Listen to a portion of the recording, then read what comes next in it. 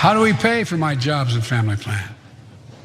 I made it clear we can do it without increasing the deficit. Let's start with what I will not do. I will not impose any tax increase on people making less than $400,000. But it's time for corporate America and the wealthiest 1% of Americans to just begin to pay their fair share. Yeah, but the only problem is corporate America, along with GOP lawmakers and corporate Democrats, refuse to raise taxes on the rich. In fact, you can't even get corporate Democrats to agree to increase the corporate tax rate from 21% to 28%, when before the Trump administration cut taxes for corporations and the rich, it was 35%. So Biden's own economic advisor even made a point about the deficit recently during Mehdi Hasan's show. Let's watch that. But what he wanted to make sure to do is he wanted to make sure we were able to pay for it and not put this burden on the American people. As it comes to healthcare, Biden has said this, President Biden has said this over and over again. He believes healthcare is a right. So if you believe that healthcare is a right, why are we having negotiations about whether or not we should treat healthcare as a right and how it should be paid for? I mean, it's fascinating to me, Cenk, because on one hand, you have Biden now saying like, oh, I will show you the pay-fors, right? It's this whole pay-go mentality, pay for, pay for, pay for. But then you have lawmakers in Congress, including again, corporate Democrats like Manchin, Sinema, Warner, who refuse to raise taxes on the rich. So what does that leave us with? Yeah, the answer is no legislation. So I don't know if he's trying to kill his own agenda, or he doesn't know what he's doing, or he's trying to thread the needle. He's trying to have it both ways, but he doesn't quite realize that that's not possible. So what do I mean by have it both ways? He wants to get all of his donors money, right? And that's just a fact. So if the mainstream media wants to cry about it and Democratic hacks want to cry about it, that's okay, let him cry. But does Joe Biden care about his political donors? Of course, he's a very standard politician. So the Chamber of Commerce doesn't want most of his agenda passed, like the PRO Act. No way, they're dead set against it. The $15 minimum wage, dead set against it. And look, I saw politics over a decade ago, you're welcome.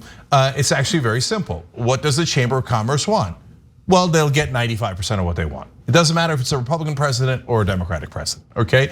So in this case, they need a plausible deniability on killing the parts of his agenda that the Chamber of Commerce does not want, okay?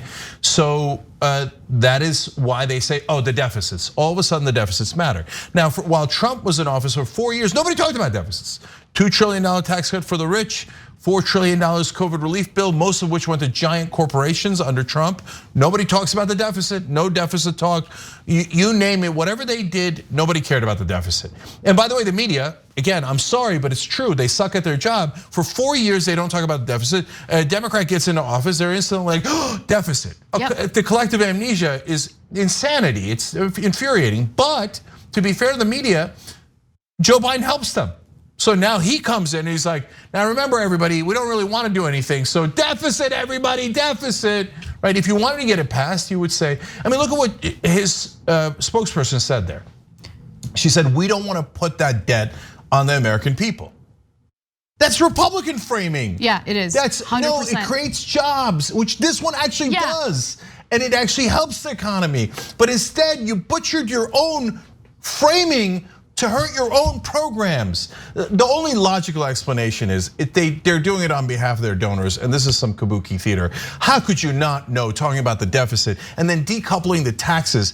When you do that, there's no way to pay for any of the programs. Then they turn around and use your own points against you. They said, you said you didn't want to burden the American people, and you said that you were going to pay for it. And now since we killed your way of paying for it, which is the taxes, well, then you obviously can't do it. And then he's cornered. Yeah, exactly. And look, I would like to quote the great philosopher Pitbull, who said once, and I think this is important, scared money don't make money. And so in this case, we're not just talking about like, oh, we're gonna spend a bunch of government money and then it's gone. No, it's an investment into the future, which is why like the whole notion of pay-go is so stupid, especially in a context like this, because we are investing that money. The proposed $4 trillion with both the infrastructure bill and the American Families Plan, we're investing that money for the future, right? To, first of all, just update our country when it comes to our infrastructure, but also get it more up to date in order to deal with climate change, which is a huge problem, right? But the way that it's being treated is as if it's like money that's gonna go down the toilet and we're never gonna see it again. No, that's not how this is gonna work out. David Dayen wrote a fantastic piece about this in the American Prospect. I do wanna read you a few excerpts from it because I think that he puts this case out very articulately, possibly more articulate than Pitbull, but I don't know, you judge for yourselves.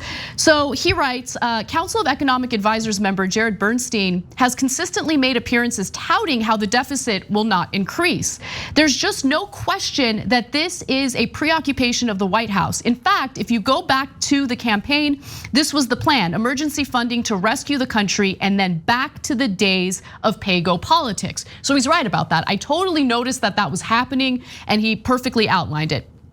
If you can't get consensus on the pay-fors, and if your rhetoric of fiscal responsibility demands that everything be offset, the only result is the narrowing of the tax plan necessarily reduces the spending, right? So if they're not gonna increase the taxes necessary to pay for the bill, then that means they're gonna strip the bill of the provisions that we desperately need. That's just the only way that this could possibly work. And then he writes this is the important part. If there's any type of spending that doesn't require pay for it, as they are investments that pay off in the future, it's infrastructure spending, be it physical or human infrastructure. The fact sheet on the American Families Plan cited a paper showing that every dollar invested in early childhood education yields $7.30 in benefits. So why are you paying for it then? Why do you have to front the money ahead of time like that? Or say that we must balance it, our budget this year. So let me explain. From a business context, sometimes you need to do an investment up front. As he's alluding to there, the studies have already shown you put a dollar in, you're gonna get $7.30 back, right? But if you need to balance the budget every year, you might not be able to put that dollar in. And that would actually be counterproductive because it prevents the $7 from coming in. Businesses know this, that's why they do investments all the time. By the way, personal families, you also know this. Did you pay for your house all at once? No, almost no one did, right? You put a down payment and then you get a mortgage. What's a mortgage? It's debt. It's an investment in that home. And so why do you, if you had to balance your budget every year, you could never buy a home. You'd have to pay for the whole thing. Yeah. So this is a very logical investment, but Biden, in essence, politically punched himself in the face by saying, you know what, but we got to balance the budget, deficits are terrible. And we already know, as Anna said in the beginning, the corporate tax cut was from 35 to 21, and now he's only talking about bringing it back up to 25. That's never gonna pay for it. So then it's over. His entire, all that wonderful stuff you heard last night, and it was a great speech. It's just not realistic based on what Biden is doing. And no one else in media has the courage to actually tell you that. Or maybe they just don't understand politics and they don't know what's gonna happen next. If you need to balance the budget to do this stuff, no president could do it.